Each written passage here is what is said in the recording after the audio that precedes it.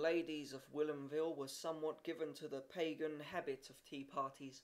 When a tea party was to befall a certain house, one could read it in the manner of the prospective hostess, who for some previous days would go about twitching this and twisting that, and dusting here and polishing there. The ordinary habits of the household began then to disagree with her, and her unfortunate husband and children fled to the lengths of their tethers. Then there was a hush. Then there was a tea party. On the fatal afternoon a small picked company of latent enemies would meet. There would be a fanfare of affectionate greetings, during which everybody would measure to an inch of the importance of what everybody else was wearing. Those who wore old dresses would wish then that they had not come, and those who saw that in the company they were well clad would be pleased or exalted or filled with the joys of cruelty. Then they had tea, which was a habit and a delight with none of them, their usual beverage being coffee with milk. Usually the party jerked horribly in the beginning, while the hostess strove and pulled and pushed to make it progress smooth. Then suddenly it would be off like the wind, 8, 15, or 25 tongues clattering with a noise of a few penny whistles. Then the hostess had nothing to do but to look glad and see that everybody had enough tea and cake. When the door was closed behind the last guest, the hostess would usually drop into a chair and say, "Thank heaven, they're gone." There would be no malice in this expression. It simply would be that, woman-like, she had flung herself headlong at the accomplishment of a pleasure which she could not even define, and at the end she felt only weariness. The value and beauty or oddity of the teacups was another element which entered largely into the spirit of these terrible enterprises. The quality of the tea was an element which did not enter at all.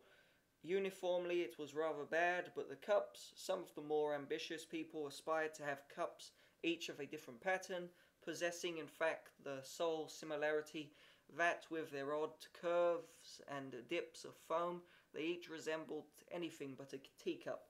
Others of the more ambitious aspired to quite severe and godly set, which when viewed appalled one with its austere and rigid family resemblances, and made one desire to ask the hostess if the teapot was not the father of all the little cups, and at the time protesting gallantly that yet such a young and charming cream jug surely could not be their mother.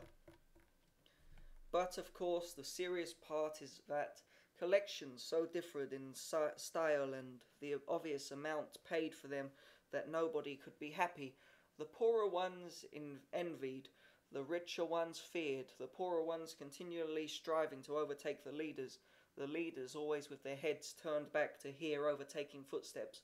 And none of these things here written did they know. Instead of seeing that they were very stupid, they thought they were fine, very fine, and they gave and took heart bruises, fierce, deep heart bruises, under the clear impression that of such kind of rubbish was the kingdom of nice people. The characteristics of outsiders, of course, emerged in shreds from these tea parties, and it is doubtful if the characteristics of insiders escaped entirely. In fact, these tea parties were in large way the result of a conspiracy of certain unenlightened people to make life still more uncomfortable. Mrs. Trescott was in the circle of tea fighters largely through a sort of artificial necessity, a necessity, in short, which she had herself created in a spirit of femininity. When the painter and his family came for the holidays, Mrs. Trescott had for some time been feeling that it was her turn to give a tea party, and she was resolved upon it now, and she was reinforced by the beautiful wife of the painter, whose charms would make all the other women feel badly, and Mrs. Trescott further resolved that the affair should be notable in more than one way. The painter's wife suggested that as an innovation they give the people good tea, but Mrs. Trescott shook her head. She was not quite sure they would not like it.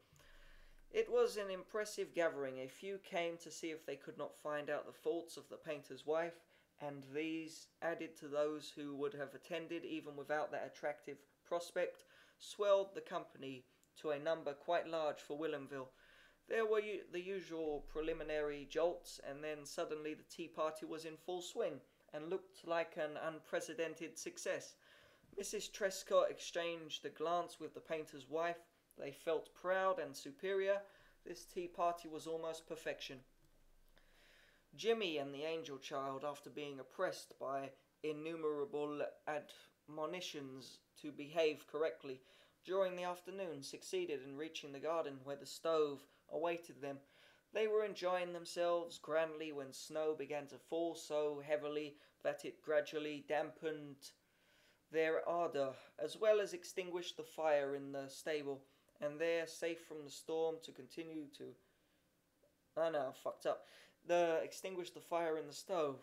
They stood ruefully until the angel child devised the plan of carrying the stove into the stable, and there, the safe from the storm, to continue the festivities.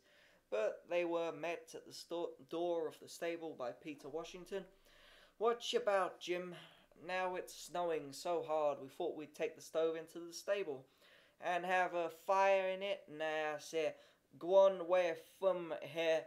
Go on, done low, no sec, foolishing ya round ya, no sir." "Well, we ain't going to hurt your old stable, are we?" asked Jim ironically. "Dat you ain't, Jim. Not so long as I keep my 2 eyes right plumb squaw pinted at old Jim. No, sir." Peter began to chuckle in derision. The two vagabonds stood before him while he informed them to their iniquities, as well as their absurdities, and further made clear in his own masterly grasp of the spirit of their devices. Nothing affects children so much as rhetoric. It may not involve any definite presentation of common sense, but if it is picturesque, they sunder decently to its influence. Peter was by all means a rhetorician, and it was not long before the two children had dismally succumbed to him. They went away. Depositing the stove in the snow, they straightened to look at each other, and it did not enter either head to relinquish the idea of continuing the game, but the situation seemed invulnerable. The angel child went on a scouting tour. Presently she returned, flying. "I know, let's have it in the cellar, in the cellar. Oh, it'll be lovely." The outer door of the cellar was open, and they proceeded down some steps with their treasure. There was plenty of light. The cellar was high-walled, warm and dry. They named it an ideal place. 2 huge cylindrical furnaces were humming away, one at either end. Overhead, the beams detonated with the different emotions which agitated the tea party. Jimmy worked like a stoker, and soon there was a fine bright fire in the stove. The fuel was of small brittle sticks, which did not make a great deal of smoke. "Now, what'll we cook?" cried little Cora. "What'll we cook, Jim? We must have something to cook, you know." "Potatoes," said Jim. But the angel child made a scornful gesture. "No, I've cooked about 1,000,000 potatoes. I guess potatoes aren't nice anymore." Jimmy's mind was all said and done when the question of potatoes had been passed, and he looked weakly at his companion.